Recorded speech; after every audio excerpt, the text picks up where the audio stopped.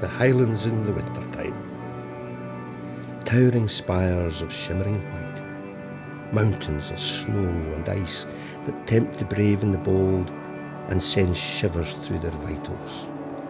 Magical Scotland, wild, cold, raw.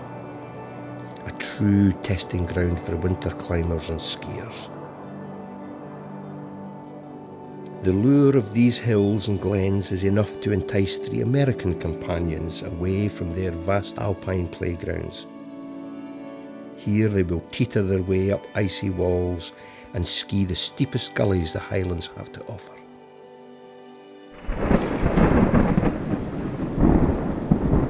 Well, you win some and you lose some, I suppose.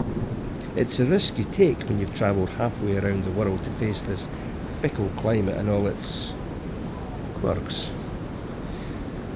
At least they have seemingly embraced the first rule of Scottish winter climbing.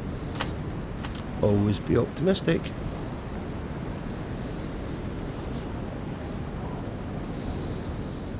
Aye, that's the joys of the Highlands, ladies and gents. But who better than Spud, local hero and the best piper Scotland has ever known, to lift their spirits in the shelter of the famous Clachaig Inn. Hey Spud, how's it going, pal?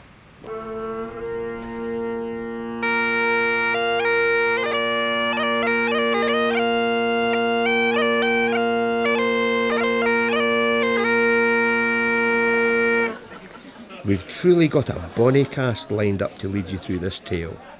Along the way, the Americans plan on meeting some local folk to show them around, but let's get to know them first, eh? This lassie is Angela van Viermisch, a climber from the mountains and deserts of Utah. This canny lad is John Frederick, an all-round mountain enthusiast from Colorado. And this is Fabrizio Zangrilli, big mountain legend and Greater Ranges guide from the heart of the Rocky Mountains.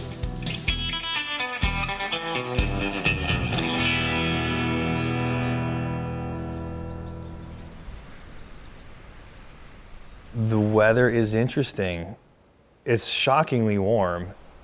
I definitely had some high aspirations for the north face of the Ben, but if it's out, it's out. You can't force it, you know? You can't go climb rock that's not frozen. It's really bad timing. I've never seen a winter so bad. There is genuinely probably more ice in my freezer than there is on the hill at the moment. Ach, honest words from a wise man, and a true Scot if ever there was one. Here he is, Kev Shields, an ice climbing connoisseur of the highest calibre. Freezing levels above the summits, and I mean for getting into February, pretty unheard of really. But they get to experience the frustration of climbing in Scotland, so it's true to the character of climbing here.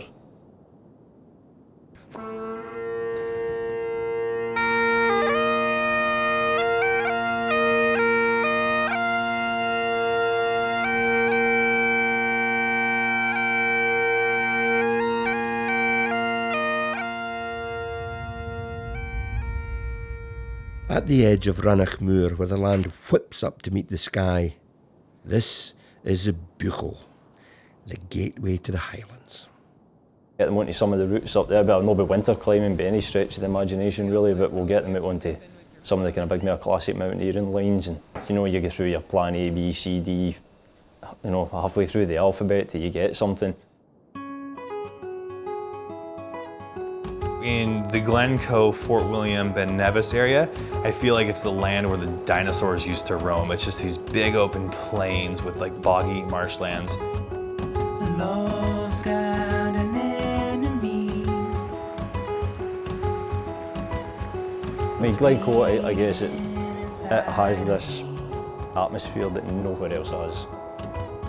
I can't get enough of it. I'd been on the buckle 3 times before and never done the curved ridge.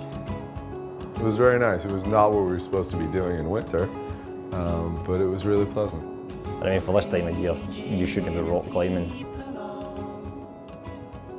Just you and a bunch of mates and scrambling up a ridge. We're all just simul-soloing.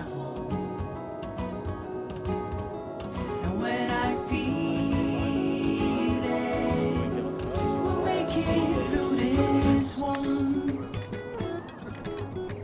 Kev is one of my favorite humans on the face of the earth right now. He's a complete badass.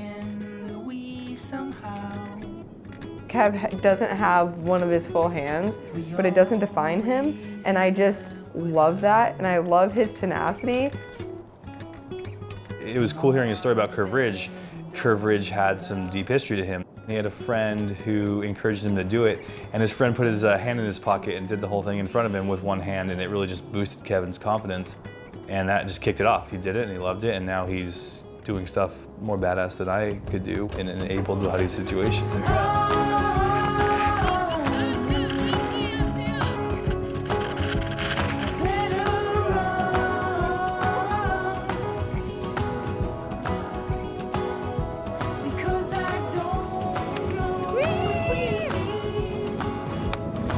I mean, it wasn't a serious objective for anybody on the team, but it was something to keep the spirits high and keep the ball rolling, waiting for conditions to come in.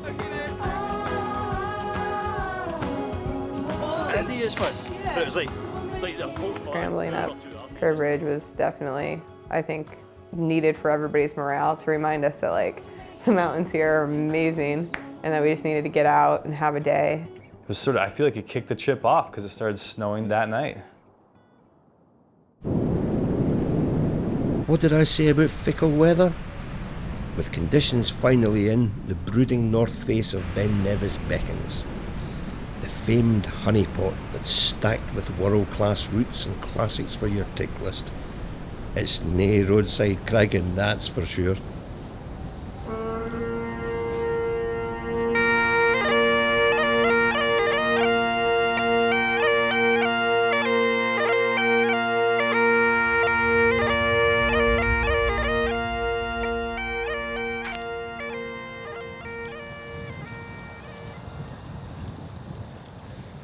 Yeah, we went full winter just to change the scenery though. It was amazing. I mean, that's just Scotland. Yeah, it was like a completely different universe. Total 180 change in conditions. It was impressive. This is the Scotland I remember. This is Scotland I like. Well, best get at it then. And who better to share a bit of knowledge of these lofty heights than mixed climbing warrior Greg Boswell. This grizzly man trains day and night to keep himself in shape for putting up some of the hardest new mixed routes in the world. Well, I mean, anybody that knows anything about mixed climbing right now knows who Greg is. He's like a little bit of a hero, really. Pretty cool to be out with them. They're a good laugh. They're really, really psyched for the sport. Really, really psyched to do more in the mountains of Scotland, which is really cool. Yeah, climbing on the Ben is a little different to being at home. Part of it is the mystique, the aura, is just adds a little bit to what you're doing. I am a fair weather climber, is what I realized coming to Scotland. That I think that I'm hardcore sometimes, but at the end of the day, I mostly climb in fair weather because when we were getting just spin drift on and it was raining and the wind was howling and Greg was like, oh yeah, this is super casual. I was like, this reminds me of like climbing in storms in Alaska. I think you have two options here. You either come prepared to suffer and do battle, or you bring someone who will put the rope up for you.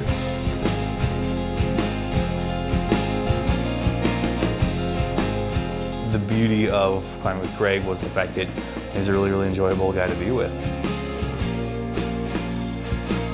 And he's also one of those people who can climb harder stuff than most people on the face of the earth, but he doesn't look down or belittle people who don't. And so he was super encouraging, and that was one of the highlights, if not the highlight of the trip, for sure. This guy's a beast right here. Well, I came here thinking I was just going to crush everything in sight, but instead I got on the second pitch of the route. It just had this layer of burglass. I like peeked over and I saw endless rolling ice slab and I just was like, I'm crawling back to the safe belay and wrapping off. Maybe I'm a wuss. Maybe I haven't climbed much in Scottish conditions. I think they got a bit spooked by the style, like the icy cracks. It's just like another thing you've got to battle in Scotland, like you've got to try and fight to get the gear.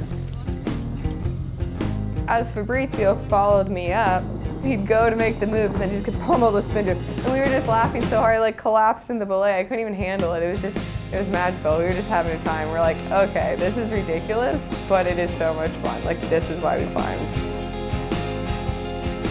It was super good getting out with Fabrizio. He's like the best. It was a good reminder of why everyone raves about being on the Ben in winter. You know, this is proper climbing. Honestly, it's like the epitome of how things should be done, and I like it.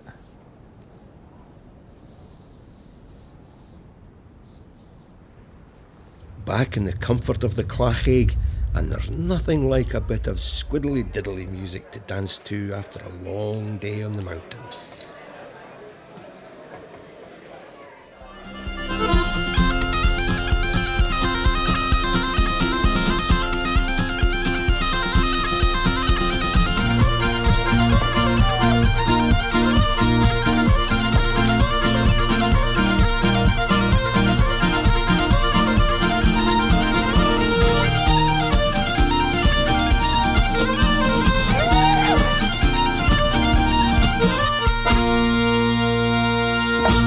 Right, that's enough of that. Away with you to your beds. There's an alpine start in the morning. And guess who will be waking yous up?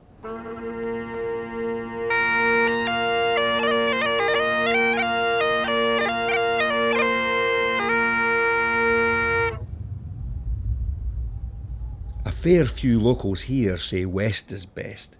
Yet the dark corries of the Cairngorms in the east harbour their own unique character. Tenuous climbing, short routes that pack a punch, and a top out onto a breathtaking plateau akin to Arctic tundra. Oh, the Cairngorms. Terrifying.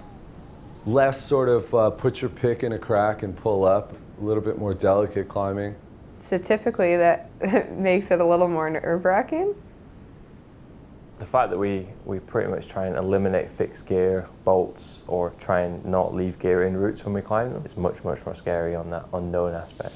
Here I am on a tiny little ledge with Greg wondering, why have you brought a rack big enough to free 3 El-Cap routes in a day without changing or picking up the gear? And the answer is, I have to climb 9 meters to the first belay, and I'm in Scotland and it's petrifying. It's cool, but also a little heady to how airy this is.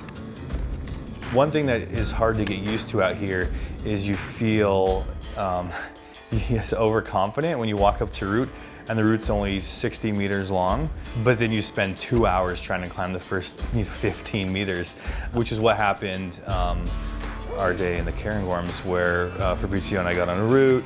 John led a very nice lead that, you know, I followed and thought, oh, this would have been pretty spicy. Shit! I get to the top of the first pitch, which is literally like 15 meters off the ground. And then Fabrizio comes up to me. We're getting late in the day.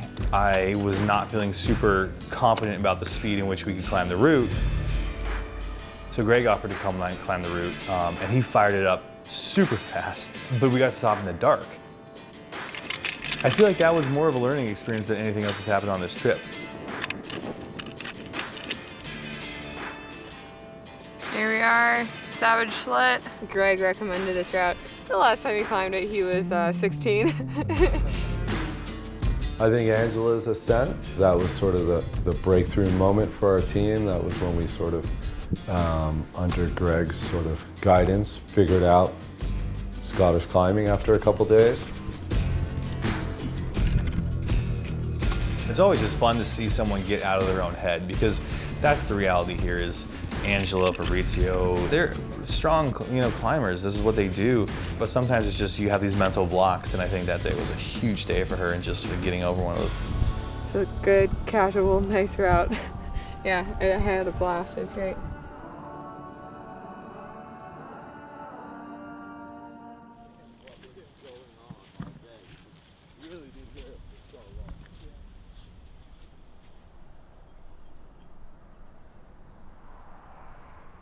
If you thought waiting for climbing conditions to come in Scotland is frustrating, how's about the skiing?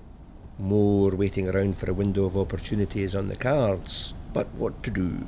Well, you certainly don't turn down an invite for a cup of tea from Myrtle Simpson, an extraordinary woman who's just been awarded the Polar Medal by Her Royal Highness the Queen. We're gonna go meet a legend.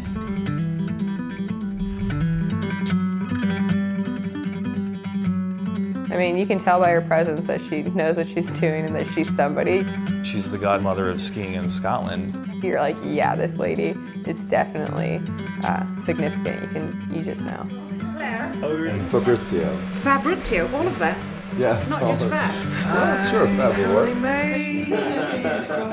I was a weekend climber, and you soon find that you really need to be a skier to get into where you want to go in the wintertime in Scotland. So that's really how I got into it, and before you know where you are, you're part of the scene. And our whole social life really is among skiers or people involved with skiing. But she definitely doesn't take it too seriously. I don't know, she doesn't consider herself an athlete. She said athletes are those people who run in circles around those tracks. You know, we're just skiers. And I got a kick out of that, because you're like, lady, you skied across Greenland, like you're an athlete. Well, I've always said from the beginning that women can be polar explorers. And Nansen skied across Greenland in 1888, and we thought we'd try to ski across Greenland in his footsteps. So we set off, and that's what we did. I mean, it's more like what has she not done than what has she done. You know, trekking across Greenland, going to Antarctica, living in the Amazon, you know, in Peru for 6 months. What was amazing for me is sitting around her kitchen table and then talking about climbing in Peru. And she would say, well, in 1955, we did this in Peru. And I'd say, oh, I did that 10 years ago. And then, you know, to compare and contrast these memories of all these great adventures that they had accumulated over 40 or 50 years, and how they're all, that community is still old friends and still hang out, still joke, still laugh. And there's a nice picture over there. We did the right-hand ridge. And then we went to try to go skiing with her, and the weather was just abysmal. And I have to be honest, that was the most amazing moment in my life, because I realized, here's this 83-year-old woman who needs sticks to walk in the rain, or in the wind rather. And I'm wearing 350-pound down coats zipped up, and I'm wondering if I'm gonna live in the 100-meter walk from the car park to the cafe. And she's walking around with her jacket unzipped, and I thought, wow, this is what a hard woman really is. The weather can change as quick as anything. But get a good day, and then suddenly you wonder what you've been complaining about, because there's nothing like it. Well, you know you've got that soul, my brother. Why you trying to hide? In the heart is a beast that'll keep you bleeding. Learn to let it lie. In the walls of a mausoleum, and we're all just trying to reach the other side. Well, we're here, Cairngorms Mountain, go skiing, and to be honest with you, it looks like a phenomenal amount of choices. We've got, however you say that, closed. West wall, closed. That, closed. That, closed. That, closed. That, closed. That, closed. That, closed. That, closed. This one ambiguous, and that one open. So I think we know the way down. Psych. Well, you know you've got that soul, my brother. Why you trying to hide? In the heart is a beast that'll keep you bleeding. Learn to let it lie. In the walls of a mausoleum. In the walls of a mausoleum. And we're all just trying to reach the other side. For those kindred spirits who find sanctuary in the mountains, it's always hard to leave the hills behind. There's nothing quite like sharing your adventures with your pals. I mean, I love America, but I feel like I'm just scratched the surface and I don't want to go home. I really don't want to go home.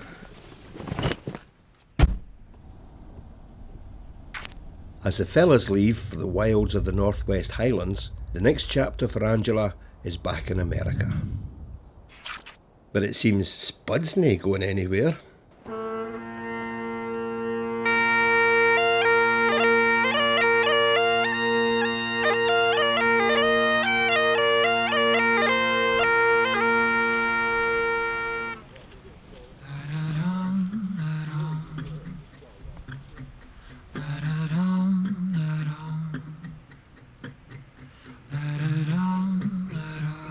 So we had the great pleasure of going on this Bothy adventure, this Chenaval Bothy.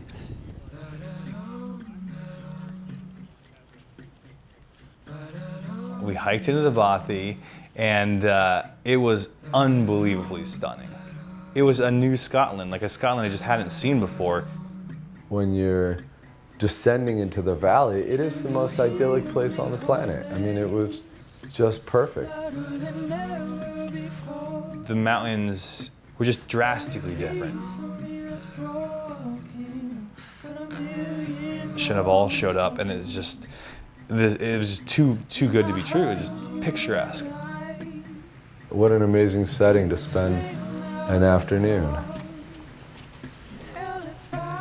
This place is amazing. Who was killed on this mountain? The idea of bothying may seem strange to some folk, so the Americans met up with Bothy expert and landscape photographer Nicholas White to tell them a bit more.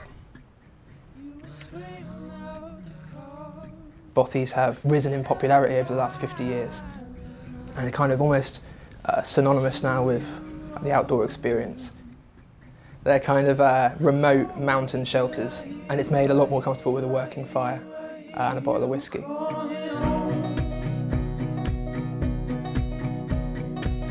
One of the things that gives each individual Bothy the character is the items that people have left behind, or people have nailed, routes of walks they've done. It kind of tells you a story about the people that have been here before.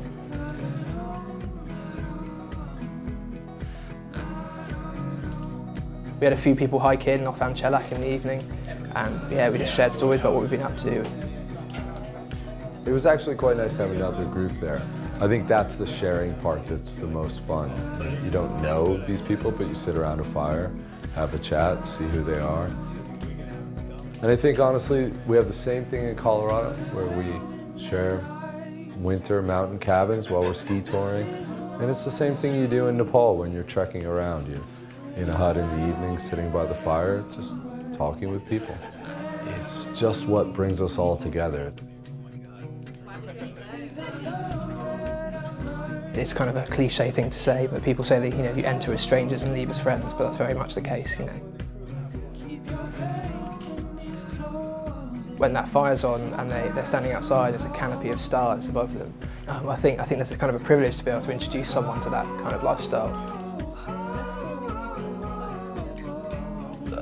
Bothy like Chenaval should be there forever. It's amazing. I don't know, it's not climbing, it's not skiing, but it is probably more fun than either. I mean, just sitting around having a laugh with mates in the mountains. It's, I think, what we're all trying to do in the end.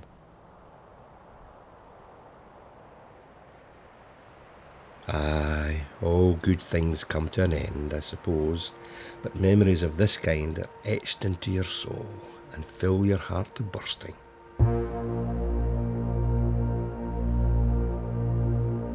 What I would say about this trip is I feel like it was the perfect representation of Scotland in a week.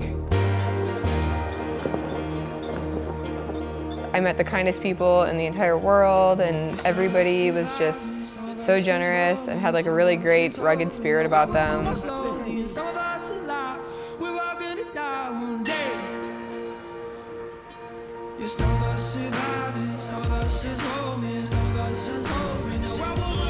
You know, mountain culture is, I think, repeated globally. Whether we're doing this in Nepal, Alaska, El Chalten, or in Chamonix. And that's what makes the community somewhat unique.